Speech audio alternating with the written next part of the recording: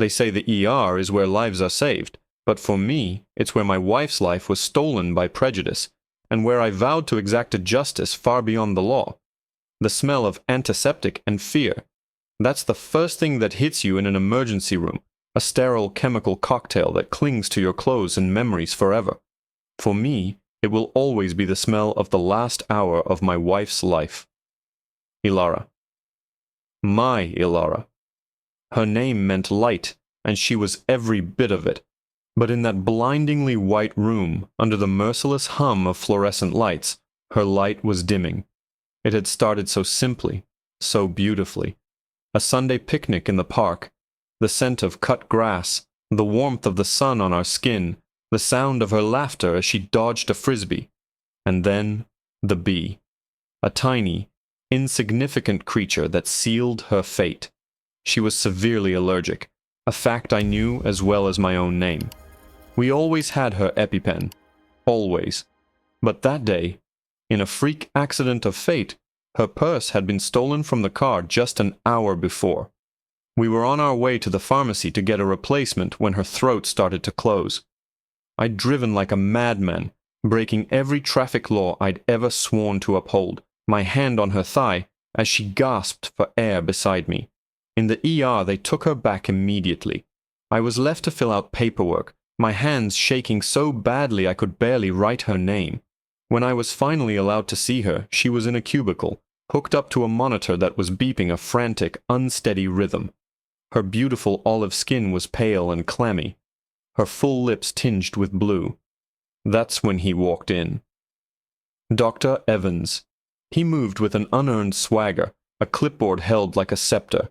He was tall, with thinning blonde hair and a condescending smirk that seemed permanently etched onto his face. He didn't look at me. He looked at Ilara, his eyes lingering on her dark, wavy hair spread across the pillow, her high cheekbones, the delicate curve of her nose.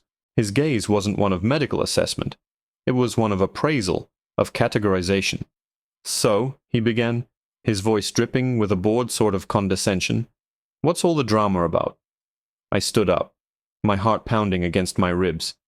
She was stung by a bee. She has a severe allergy. She's going into anaphylactic shock. She needs epinephrine now. I was trying to be calm, to be clear, to give him the facts he needed to save her life. Dr. Evans flicked his eyes toward me for the first time, a flicker of annoyance in their pale blue depths. He glanced at the monitor, then back at Ilara. Anaphylaxis is a very specific diagnosis. People get dramatic when they see a bee. A little Benadryl should calm her right down. He gestured vaguely to a nurse. "Let's get her an IV with some antihistamines."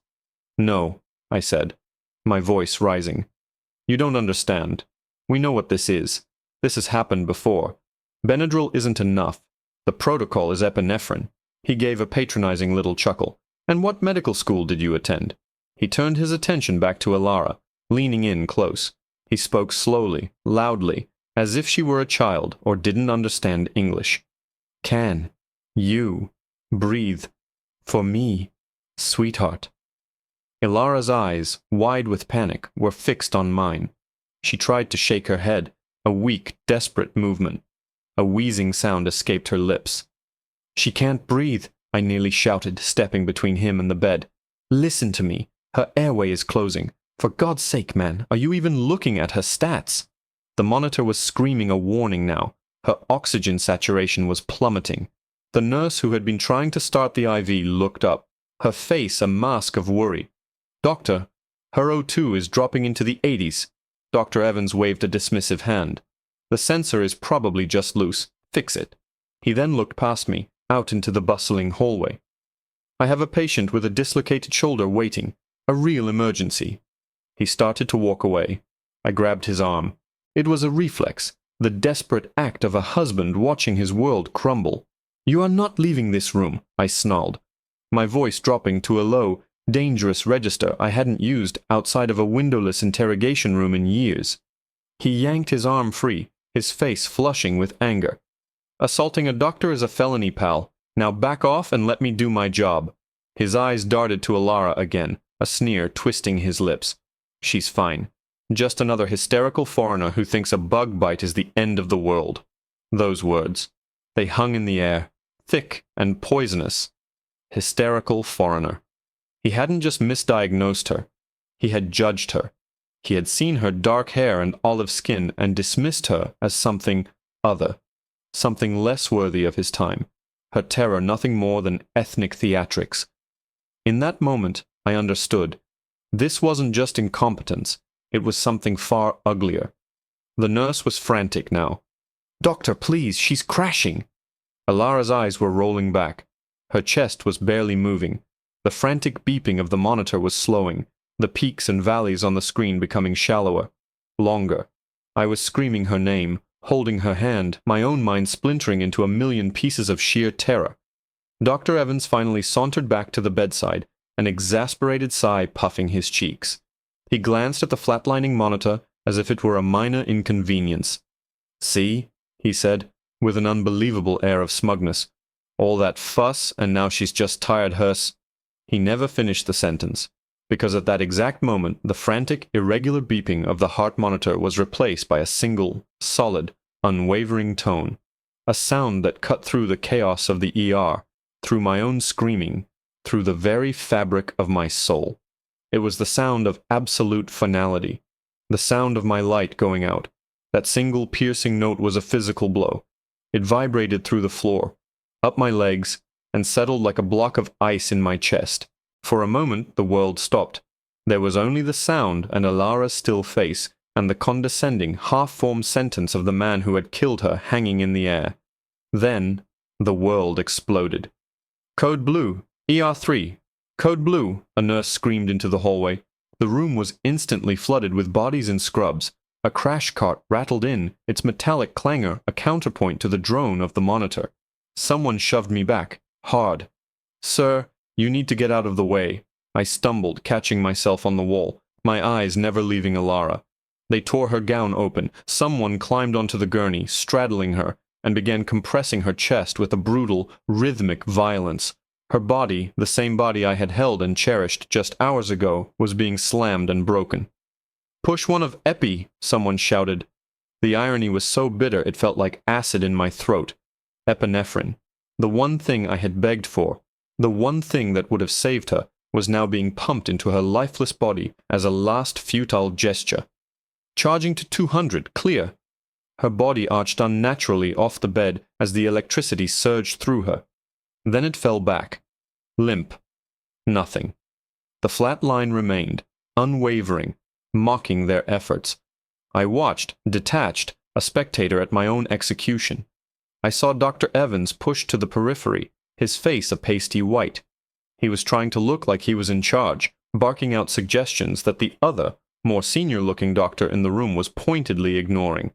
He was a fraud, a hollow man playing God, and his bluff had just been called in the most horrific way imaginable.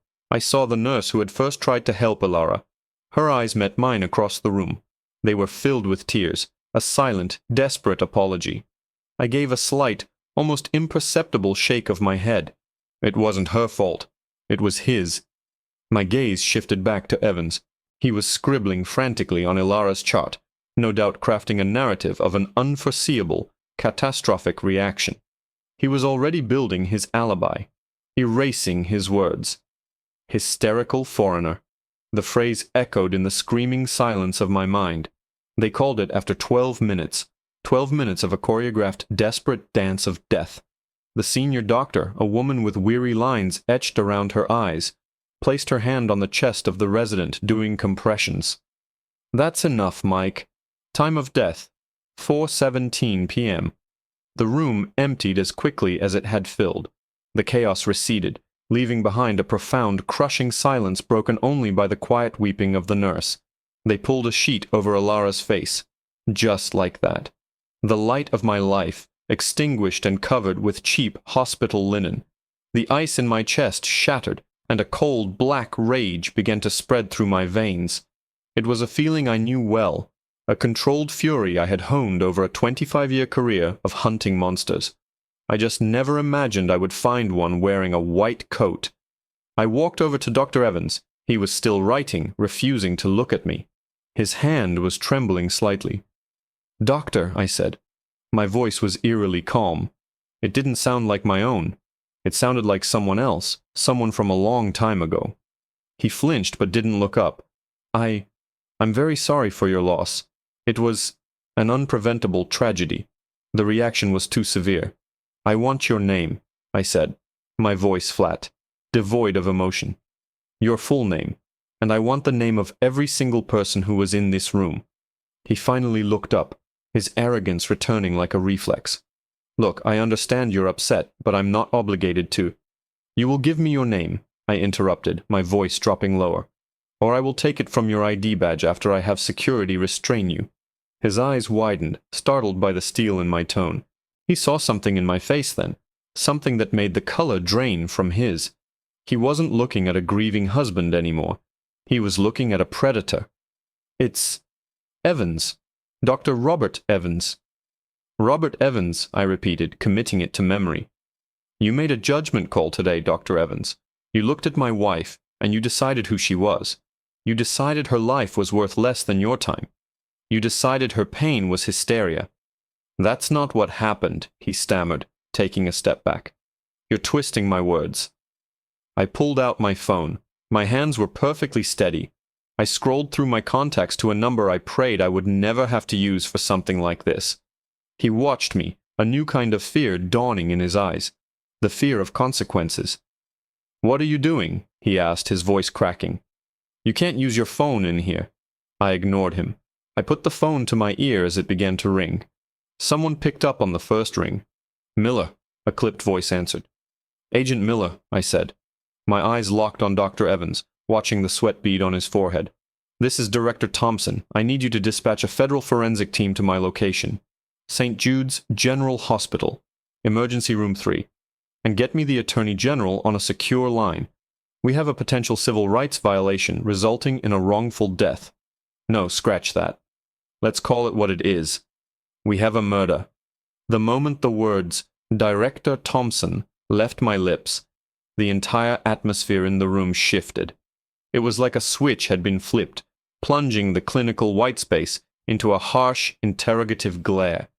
Dr. Evans's face, which had been a mask of defensive arrogance, crumbled into pure, unadulterated shock. His jaw literally dropped. The nurse who had been crying quietly in the corner gasped, her hand flying to her mouth. Even the weary senior doctor who had called the code turned to stare at me, her exhaustion replaced by a sharp, sudden attentiveness. Director? Agent Miller's voice was sharp in my ear, instantly professional. Sir, are you all right? Is Ilara with you? A fresh wave of pain washed over me, so intense it almost buckled my knees. He knew her name. Everyone at the Bureau knew Ilara. She was the one who humanized me, the one who hosted barbecues and remembered agents' kids' birthdays. She was the heart of our strange, high-stakes family. Ilara is the victim, Miller, I said, my voice thick with a grief so raw it felt like swallowing glass. She's gone. A stunned silence on the other end of the line. Then, oh God, sir, I'm so sorry. What do you need? What happened? Racist incompetence happened, I bit out, my gaze still burning into Evans, who now looked like he was about to vomit. A doctor here, a Dr. Robert Evans, refused to treat her for anaphylactic shock, called her a hysterical foreigner, and let her die. I need everything, Miller. Secure the room as a crime scene. I want every chart, every digital record, every piece of paper he touched. Seize the hospital's CCTV footage from the moment we walked in. I want sworn statements from every single person in this room, especially nurse. I glanced at the crying nurse's ID badge. Nurse Costello. She saw it. She knew. On my way, sir. Team is en route.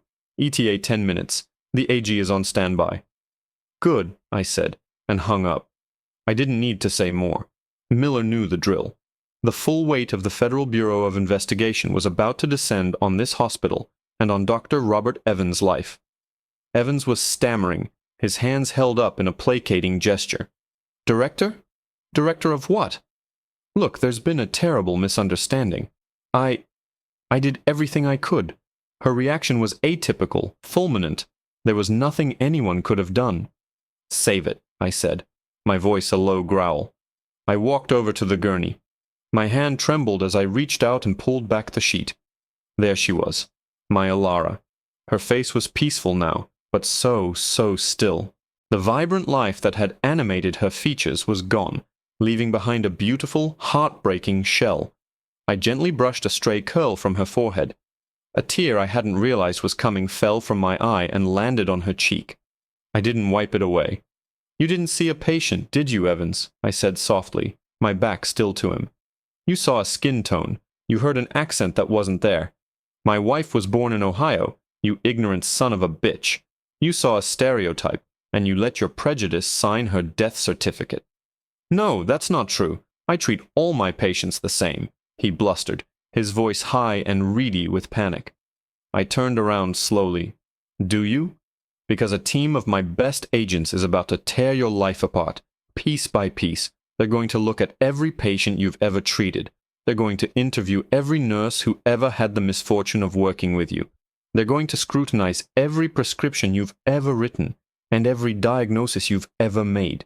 And when they find a pattern, and trust me, with an ego like yours, there will be a pattern. We're not just going to take your license. We are going to put you in a cage for the rest of your miserable life."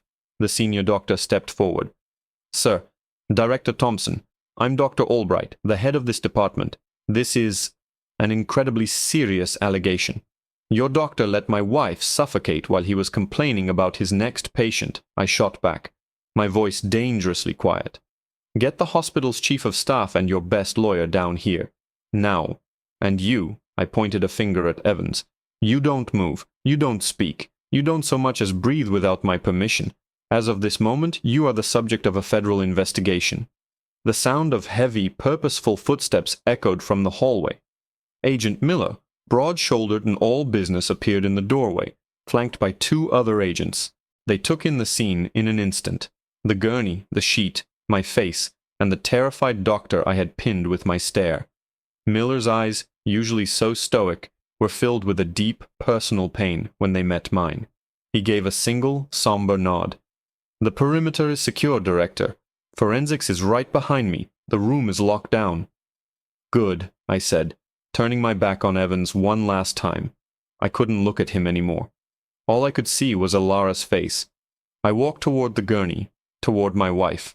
Miller placed a hand on my shoulder, a firm, grounding presence. "What do we do now, sir?" he asked quietly. I looked at Alara's still form. The rage was still there, a cold, hard diamond in my soul. But beneath it, the grief was a vast, bottomless ocean threatening to drown me. There would be a time for that, a time to fall apart. But not now. Now was for her. Now was for justice. "Now," I said, my voice cracking for the first time, "we get the truth." I nodded toward Nurse Costello, who was watching us with wide, tear-filled eyes. "Let's start with her. Take her somewhere safe, get her statement. But before you do—" I trailed off, an idea sparking in the darkness of my mind. A way to ensure Evans couldn't wriggle out of this. "Sir?" Miller prompted. I looked at him, my expression hardening into something cold and calculating. "Find out if Dr. Evans has a family, a wife, children. I want to know their names." Agent Miller didn't even blink. He simply nodded, his face a grim mask, and relayed the order into his wrist communicator. The request was unusual, personal, but he understood. This wasn't just about the law anymore. This was about making a monster understand the magnitude of what he had destroyed. While Miller's team swarmed the room, a ballet of precise practice movements bagging evidence, setting up cameras, escorting a shell-shocked Dr. Albright out, I stayed by Alara's side. I held her cooling hand, memorizing the feel of her fingers intertwined with mine, trying to burn the image of her face into my memory before the cold reality of the morgue stole her from me forever. The next few days were a blur of unimaginable pain and relentless focus. I planned a funeral. I accepted condolences from the president, senators, and world leaders, all of which felt hollow and distant. I sat through the initial debriefings with the Attorney General, my voice a monotone as I recounted every detail, every word, every fatal tick of the clock. Through it all, the cold diamond of rage in my chest kept me moving, kept me functioning. It was the only thing holding the grief at bay. The investigation, fueled by the full resources of the FBI, was swift and brutal. As I predicted, Dr. Evans's professional life was a cesspool of casual bigotry and criminal negligence.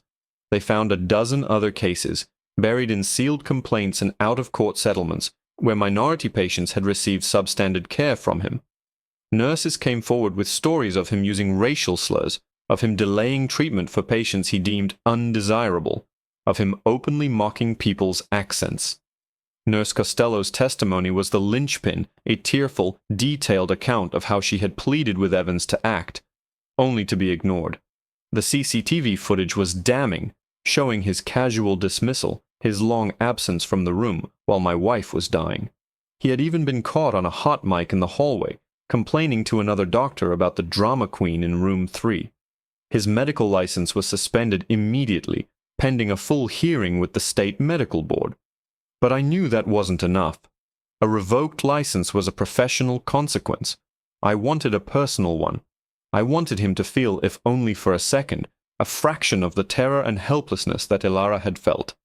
2 weeks after Ilara's funeral, the day of his medical board hearing arrived. I wasn't there as the director of the FBI. I was there as a widower. I sat in the front row, a silent, imposing figure in a dark suit. Evans was at a table with his high-priced lawyer, looking gaunt and haunted. He refused to meet my eyes. He thought this was the end of it. He thought he would lose his job, maybe pay a fine, and then slink off to a quiet retirement. He was wrong. The board chairman, a stern-faced woman named Dr. Ramirez, read the charges aloud. The evidence was overwhelming. His lawyer's arguments about a highly unusual allergic reaction were systematically dismantled by 3 of the country's top immunologists, whom the Bureau had flown in as expert witnesses. It was a foregone conclusion. Dr. Robert Evans, the chairman announced, her voice ringing with authority.